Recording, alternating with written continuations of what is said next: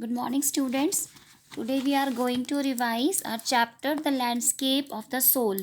Students, today I am teaching you just the important part of this chapter because this is the part of your syllabus for the half yearly exams. So that we are going to revise it. First of all, in the very first paragraph, here is the example of the painter named Wu Daozi, who was a great Chinese painter, and he made the beautiful piece of his art that was a picture of a beautiful nature full of mountains, cave, etc. And he made this picture because the emperor of the particular place just wanted to make the decorate of the wall of his palace. That is why the Wu Daozi, the painter, made this picture. And when he just wanted to express his feeling, emotions, and every part of the pictures, and he just wanted to explain everything, he just clapped out, and the cave that was inside the picture was open, and the painter entered inside that, and he was disappeared from there. The painter was disappeared with all the material of related to his painting, and even the painting that was hung on the wall also disappeared from that.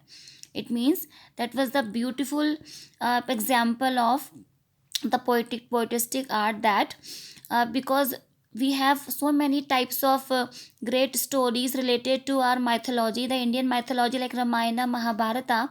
Same here, this is the story related to the Chinese mythology about the painter named Wu Daoji.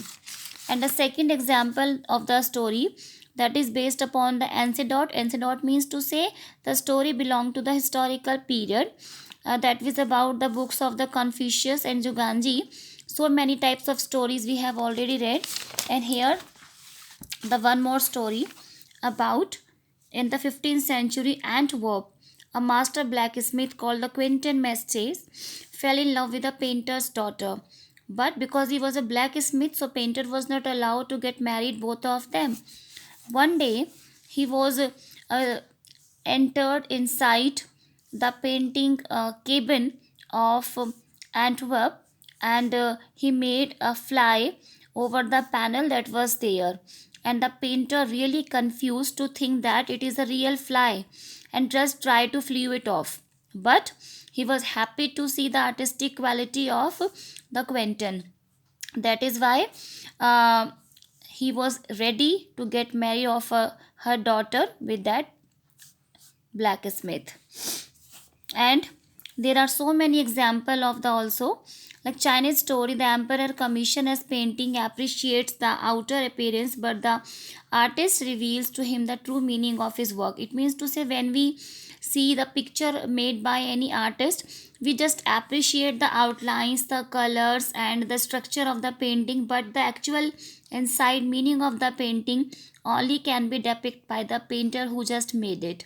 Because the artists say that we must borrow the art of we must borrow the eyes of an artist if we want to see the real meaning of his painting.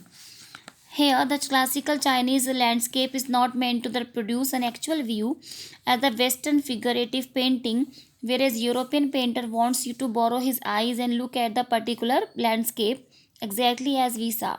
It means we borrow the eyes of the painter, means to say we just want to see the picture by all the means, whatever the painter want to be depict here. Students, here the narrator also said about the Shen Shui literary mountain water. Here he used so many words that belong to the Chinese language, the different word related to the landscape, the natural scene, the beautiful paintings, pictures, and so many names that related to the natural objects also, to mention the beauty of the paintings made by the Chinese painter in the middle period. Here, he also given the example of the brute art, such as the rock garden in Chandigarh. Rock garden is a beautiful example of brute art.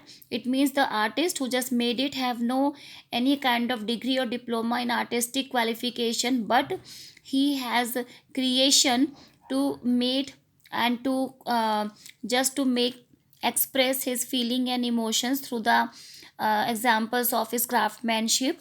This is the example of a beautiful brute art. So in this chapter, the landscape of the soul, we have seen so many examples related to the beautiful painting pictures, different areas such as India, Europe, and Chinese as well. Here, in the last passage, the writer says the notion of art, brute or raw art was of the works that were in their raw state as regards cultural and artistic influence. Anything and everything from a tin to a sink to a broken down car could be the material for a work of art. I mean, if you have artistic quality, very tiny object you can use to make your art picture of beautiful something. Nekchand has taken the dizzying heights.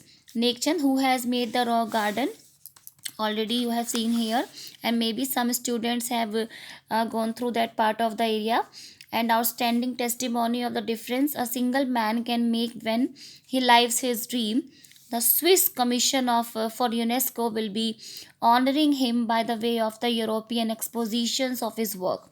5 months in the interactive shows Realm of Nekchand beginning October will be held at the leading museums in the Switzerland and Belgium, France, and Italy. The biggest reward is walking through the garden and seeing people enjoying my creation, Nekchand says. Just being the maker of this garden, Nekchand says that this is his only reward, that people just come here and enjoy the pictures made by him. That is the only greatest reward received by him. In spite of having so many rewards because of this one, he just having the enjoy to see the people came there and just enjoy the beautiful examples of his craftsmanship.